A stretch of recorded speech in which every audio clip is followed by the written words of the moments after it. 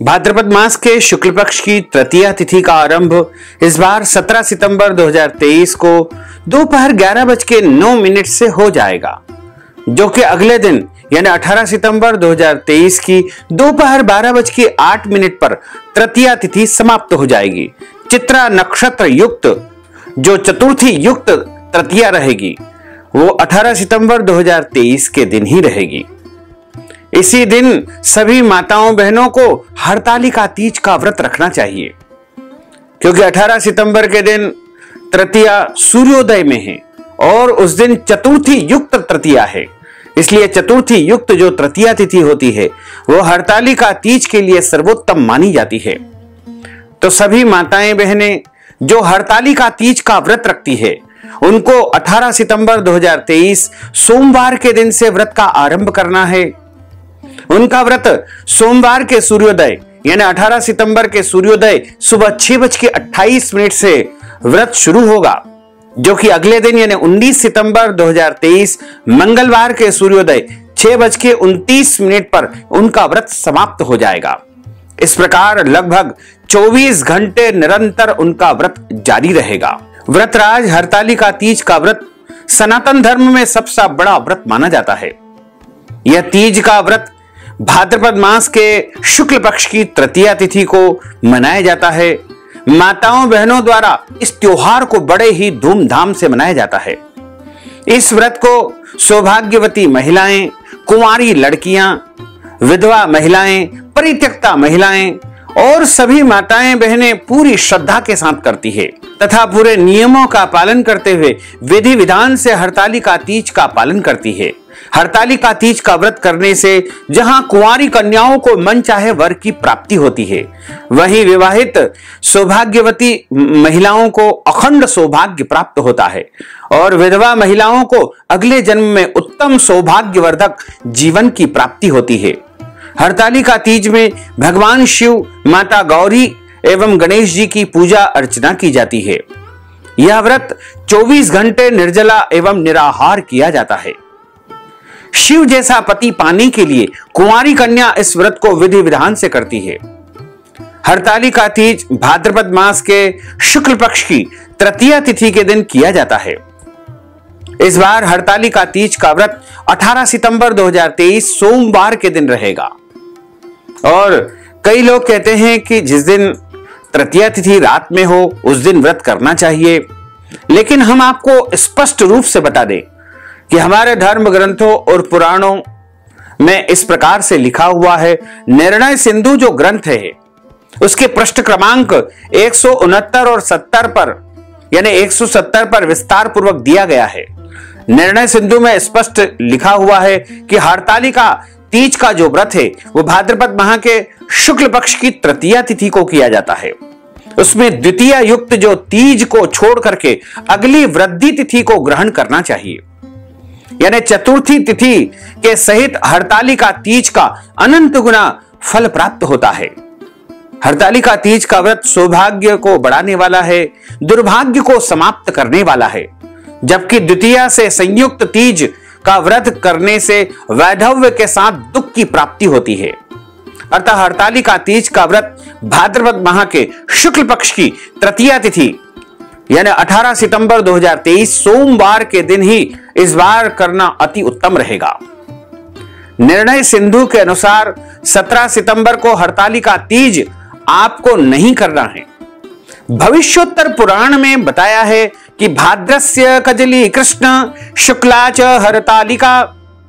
इस सुक्ति के अनुसार भाद्रपद माह के शुक्ल पक्ष की तृतीया तिथि को हरतालिका तीज का व्रत किया जाता है।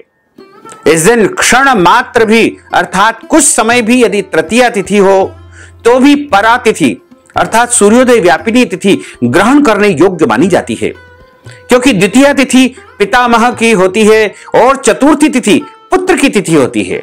अतः द्वितीया का योग हरतालिका तीज व्रत में निषेध माना गया है और चतुर्थी का योग श्रेष्ठ माना जाता है।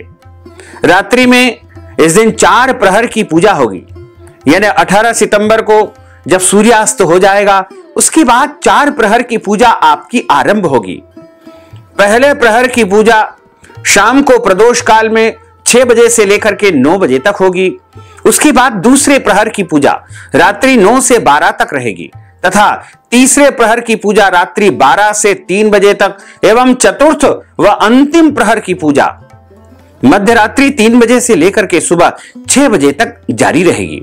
उसके बाद विसर्जन करके माताओं बहनों को व्रत का पारणा यानी अगले दिन 19 सितंबर को सुबह 6:29 पर कर लेना चाहिए। हरतालिका तीज का व्रत महिला प्रधान व्रत है। इस दिन महिलाएं बिना कुछ खाए पिए व्रत रखती है। इस व्रत में वैसे तो बहुत कठिन नियम बताए गए हैं, लेकिन आप अपनी शारीरिक क्षमता के अनुसार व्रत को धारण करें, क्योंकि जीवन है तो आप सभी प्रकार के व्रत कर पाएंगे। और जब हमारा शरीर नहीं रहेगा, जीवन नहीं रहेगा, तो कैसे व्रत कर पाएंगे। यदि आपने पहले व्रत किया है लेकिन बीच में किसी कारणवश व्रत आपका टूट गया है या छूट गया है, तो पुनः इसको आप शुरू कर सकते हैं। कई बार स्वास्थ्य खराब होने के कारण व्रत नहीं कर पाते हैं, ऐसे में व्रत टूट जाता है, तो पुनः इसको आप कभी भी शुरू कर सकते हैं।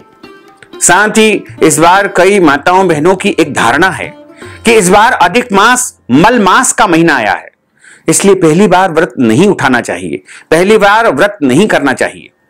ऐसा किसी भी शास्त्र में वर्णन नहीं है कि मल मास या अधिक मास आए उस साल आपको व्रत नहीं उठाना है या नहीं करना है। तो आप इस साल व्रत उठा भी सकते हैं, पहली बार व्रत भी कर सकते हैं।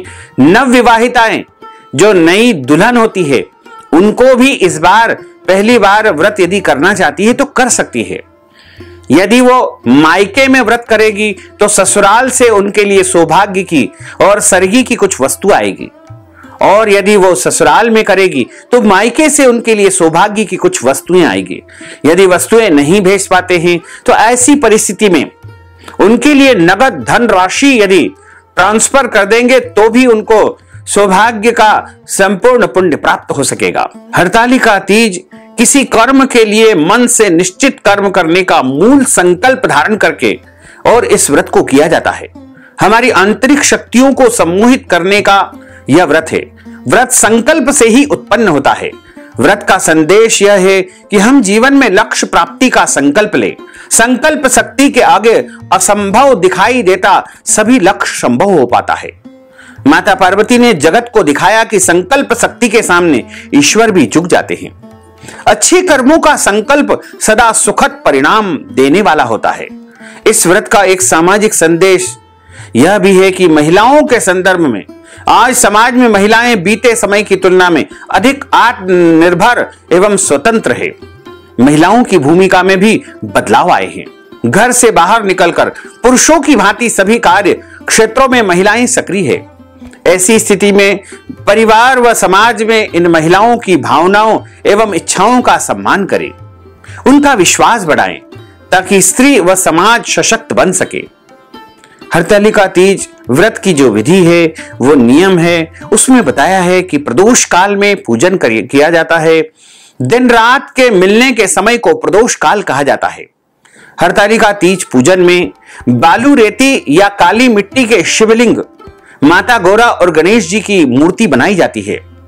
शिव पार्वती गणेश रिद्धि सिद्धि जी की प्रतिमा बना करके और काली मिट्टी से इनका निर्माण करके उनकी विविध पुष्पों से सजा करके रंगोली डाल करके चौकी पर स्थापना की जाती है। चौकी पर अष्टदल कमल बनाकर उस पर थाल रखते हैं। उस थाल में केले के पत्ते को रखते हैं। सभी प्रतिमाओं को केले के पत्ते पर रखा जाता है। सर्वप्रथम कलश के ऊपर नारियल रख करके लाल कलावा बांध करके पूजन किया जाता है। कुमकुम, हल्दी, चावल, पुष्प चढ़ा करके विधिवत पूजन करे। कलश के बाद गणेश जी का पूजन करे। उसके बाद शिव जी की, माता गौरा जी की, पार्वती जी की पूजा अर्चना की जाती है। उन्हें संपूर्ण श्रृंगार व सौभाग्य की वस्तुएं चढ़ाई जाती है। इसके बाद अन्य देवताओं का या जो भी देवताओं का पूजन करना चाहें कर सकते हैं। और उसके पश्चात हरतालिका तीज की व्रत कथा आपको सुनना चाहिए। व्रत कथा ब्राह्मण के मुख से ही सुनना है। कथा सुनने के बाद ब्राह्मण को दक्षिणा देवे और आरती उतारे। उसके बाद क्षमा याचना करे। हरतालिका तीज में रात्रि जागरण का विशेष विधान है। इसमें पूरी रात जागरण करके आपको व्रत करना चाहिए। यदि आप चाहें तो निर्जला निराहार इस व्रत को करें। और यदि आप ऐसा नहीं कर पाते हैं तो फलाहार करके भी व्रत का पालन कर सकते हैं। लेकिन दिन में एक बार पूजन पाठ करके आप फलाहार कर सकते हैं और रात्रि में भी आप चाहें तो एक बार पूजन पाठ करके फलाहार कर सकते हैं। भगवान शिव जी को सभी प्रकार की वनस्पतियां जैसे बिल्वपत्र, शमी पत्र, चंपक के पत्ते, केवड़ा अर्पण किया जाता है। आरती और स्तोत्र द्वारा भगवान की आराधना की जाती है। हरतालिका तीज का व्रत एक बार यदि आपने शुरू किया है तो आपको बीच में नहीं छोड़ना चाहिए। यदि किसी कारणवश आपने छोड़ दिया है तो पुनः इसको शुरू जरूर कर सकते हैं।